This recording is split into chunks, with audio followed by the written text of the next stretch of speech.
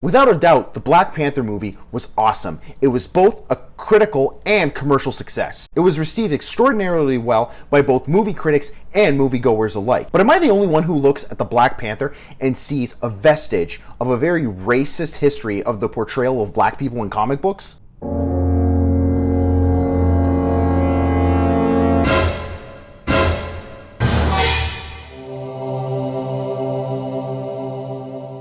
Hey comic book aficionados, this is Dante D bringing you all another video. Welcome to the channel where we talk about comic books and other geek stuff. If you're new here today, please consider subscribing. Today we're going to talk about the problems that I have with Black Panther. Now, I don't want you all to think that this is a video hating the Black Panther.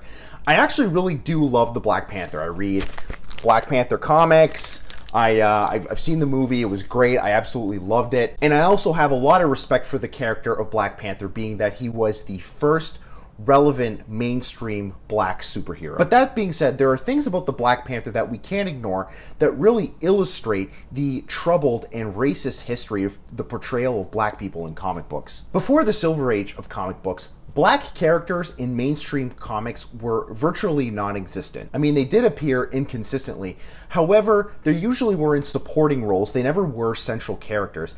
And they almost always were portrayed in two different types of stereotypes. The first stereotype being the ghetto stereotype, where black people were portrayed as uneducated people who didn't really know how to speak English well and were always engaging in crime and just generally up to no good. The second stereotype, which was very common, was the jungle stereotype, in which black people were portrayed as African tribespeople that didn't really speak English at all and were very primitive. Jungle stereotype and jungle action featuring the Black Panther. Does that sound familiar? In the 1930s and 40s, African Americans who wanted comics that they could racially identify with needed to read, and I cringe just saying this title, but it was called All Negro Comics. Yes, it's really called that. I cannot make this shit up. This was a comic book series that was exclusively written and drawn by black artists. Other than that series, there wasn't really much else that featured black characters. It wasn't really until the late 1950s, early 1960s that publishers began incorporating, or tried to begin incorporating, black characters into their content. And the attempts, at best I could say, were really just attempts, and they were really kind of cringeworthy. The one attempt for me that always comes to mind was one made by DC in the 1960s with Superman's girlfriend Lois Lane number 106. This is the famous issue where Lois Lane becomes a black woman for a day so she can go undercover to get a story in a part of town called Little Africa. Seriously, like, corniest crap ever. But throughout the day, she kind of gets what the experience of being a black woman is all about.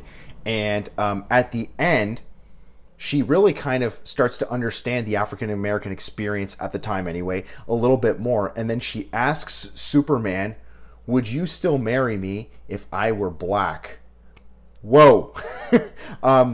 Funny enough, Superman does not answer the question. He kind of hems and haws for a bit, and then poof, Lois Lane becomes white again, and he doesn't have to answer the question. I guess DC Comics just wasn't ready for interracial relationships at the time. Hell, at the time, who was ready for interracial relationships? I mean, today, no big deal, but back then, I think that was just a preposterous proposition. So let's get back to the Black Panther. If he was the first relevant black superhero, what's my problem with him? The Black Panther is a character that was created by Stan Lee and Jack Kirby from Marvel Comics, which is no surprise, as Marvel Comics usually was the more progressive of the big two comic book companies.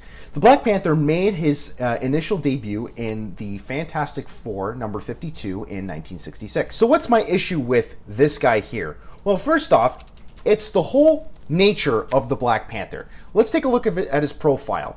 The guy's name is T'Challa. He's from an African nation of Wakanda. My question to you is, if you were a comic book creator back in the 1960s and you were trying to think of a character that African Americans could identify with, why would you create a character who was from Africa? I've never checked the stats on this, but I'm pretty sure I could say with a degree of accuracy that most African Americans in the 1960s had not even been to Africa. So how could they identify with a character who was from Africa other than racially. Also, as most of us know, that the Black Panther did not really start off in his own series called the Black Panther. The self-titled series called Black Panther didn't debut until later on in the 70s.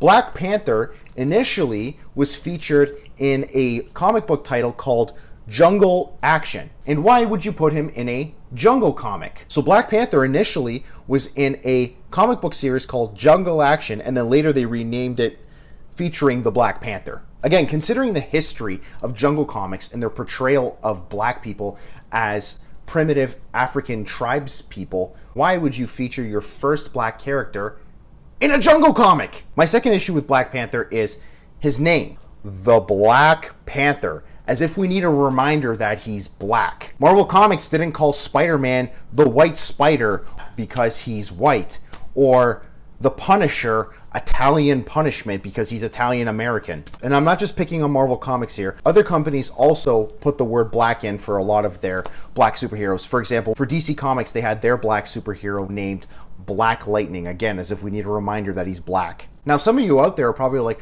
but wait, Dante, Black Panther was given his name because he was named after the Black Panther Party. That piece of information is actually false. And I don't blame you for thinking that, because formerly I thought that the Black Panther was named after the Black Panther Party as well. But when I did a little bit of research, I found that the Black Panther actually predates the Black Panther Party, and the fact that his name is the Black Panther and the party is also called Black Panther is just simply a coincidence. This was confirmed by Stan Lee. Now at this point, I just want to say that I don't fault Stan Lee and Jack Kirby for creating the Black Panther as the leader of an African nation. I really do have a lot of respect for the Black Panther and for Stan Lee and Jack Kirby for taking that step and creating a character, especially since, you know, the 1950s and 60s was a very difficult time for civil rights. You know, and then there's also the fact that that was a different time and there were different mentalities present at the time. And I know that I can't hold Stan Lee and Jack Kirby and Marvel Comics as a whole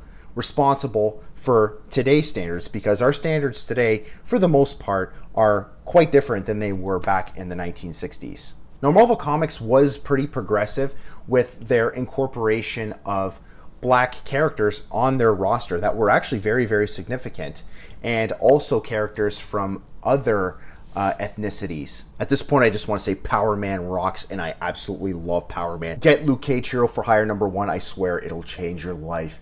It is absolutely the best. I love this book. One company that I felt was even more progressive than Marvel Comics, that even predated Marvel's attempts to incorporate black characters into the roster, was EC Comics. When people think EC Comics, they think, you know, Tales from the Crypt or Vault of Horror or Weird Science, those anthology books like that. But in a lot of the stories that EC Comics put out there, they actually tackled the issue of bigotry and racism towards black people. And by that, I'm thinking of the shock suspense story where a white war veteran comes back to his town and is very disappointed with the townsfolk because his black comrade did not get proper burial rights just because he was black.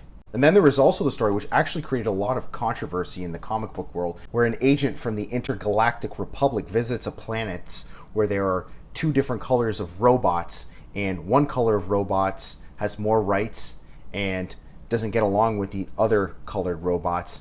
And this agent from the Galactic Republic comes down and says, you people cannot be part of the Galactic Republic because you don't all get along and you're not all in harmony. And the guy takes off his helmet and he's a black man. And the reason why this created controversy is because in the comics code at the time, apparently you weren't allowed to have black people in your comic books. I don't know if that actually was written in the code or if that was something that the executives of the comics code put in just to kind of limit EC Comics, which at the time they were really trying to put out of business. But it really kind of has to make you think, did EC Comics do this just for shock value, or did the all-white creators at EC Comics actually espouse these progressive attitudes? I guess we'll never know, but for now, I'm really happy to be reading these comic books and really learning a lot from them and seeing how far we've come with respect to civil rights.